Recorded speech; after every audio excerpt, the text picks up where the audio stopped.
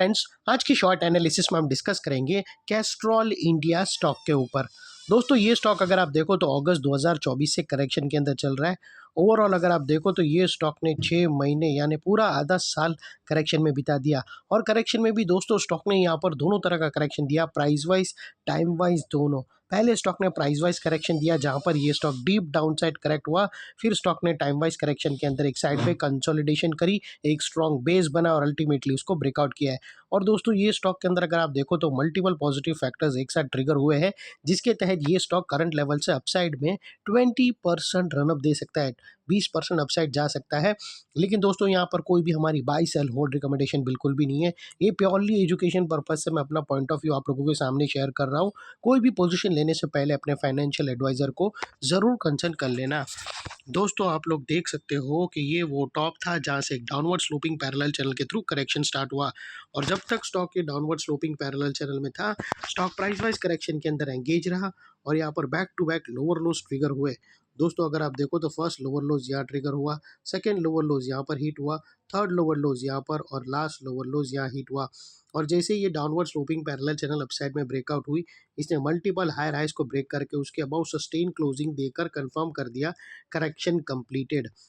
यहाँ पर हमें दो मेजर पॉजिटिव सिग्नल मिले।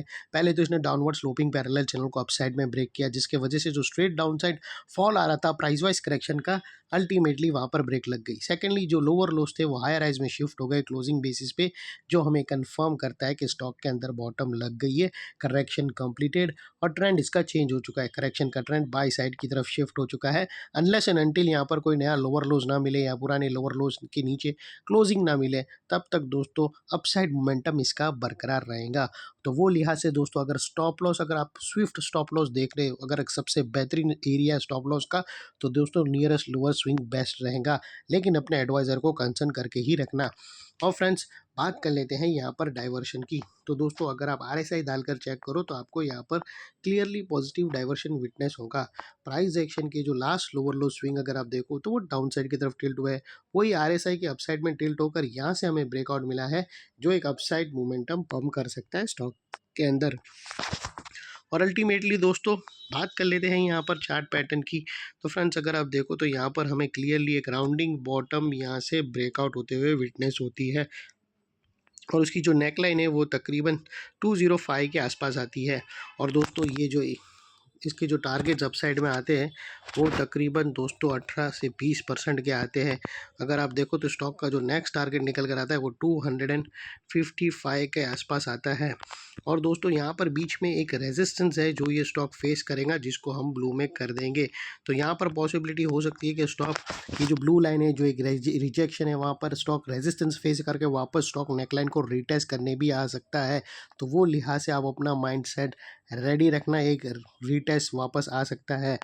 और दोस्तों, यहाँ पर आप लोगों को एक और चीज़ भी बता दूँ कि अगर ये रेजिस्टेंस, देखो दोस्तों, दो चीज़ आप लोगों को क्लियर बोलना चाहता हूँ कि यहाँ पर अगर आप देखो तो यहाँ पर एक रेजिस्टेंस है जहाँ रिजेक्शन फेस करेगा और यहाँ पर प्रीवियसली एक गैप भी छोड़कर गया है। और दोस्तों, अगर आप देखो तो यहाँ पर एक और पैटर्न बन सकती है, क्योंकि दोस्तों हो सकता है वहाँ रिजेक्शन फेस करके अगर वो गैप फिल करने आया तो यहाँ पर एक और पैटर्न बनने की आशा रहेंगी, वो है इन्वर्टेड हेड एंड शोल्डर। दोस्तों, अगर आप देखो तो यहाँ से ये रिजेक्शन फेस करेगा, वहाँ से फिर रिटेस्ट के अंदर आएगा और हो सकता है ये गैप को फिल करके वापस घूमकर एक inverted head and shoulder pattern भी फर्दर जाकर डेवलप बना सकता है। और अगर दोस्तों, अगर यहाँ से रिजेक्शन फेस करके नेकलाइन के पास रिट्रेस होकर वापस अपसाइड में निकल गया तो वेल एंड गुड है। लेकिन थोड़ा डीप रिट्रेस करेगा तो हो सकता है कि एक राइट शोल्डर बनाकर अपसाइड में एक हेड एंड शोल्डर पैटर्न जैसा भी स्ट्रक्चर बन सकता है। तो वो लिहाज से आप अपने माइंड सेट को वैसा रेडी रखना कि अगर एक पुल बैक आएगा तो आपको डरना नहीं है। आप लोगों को अपने अकॉर्डिंग स्टॉप लॉस को शिफ्ट करना है या फिर स्विंग के अकॉर्डिंग अपने एडवाइज़र को पूछकर स्टॉप लॉस रख सकते हो। और फिर दोस्तों, बात कर लेते हैं ये एरिया की।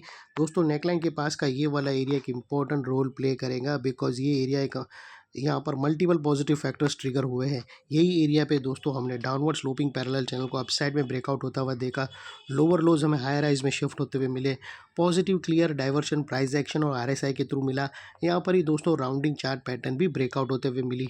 तो वो लिहाज से दोस्तों नेकलाइन का ये एरिया जो अभी तक एक जो अभी तक एक रेजिस्टेंस था वो अल्टीमेटली स्ट्रॉन्ग सपोर्ट बनकर खड़ा है।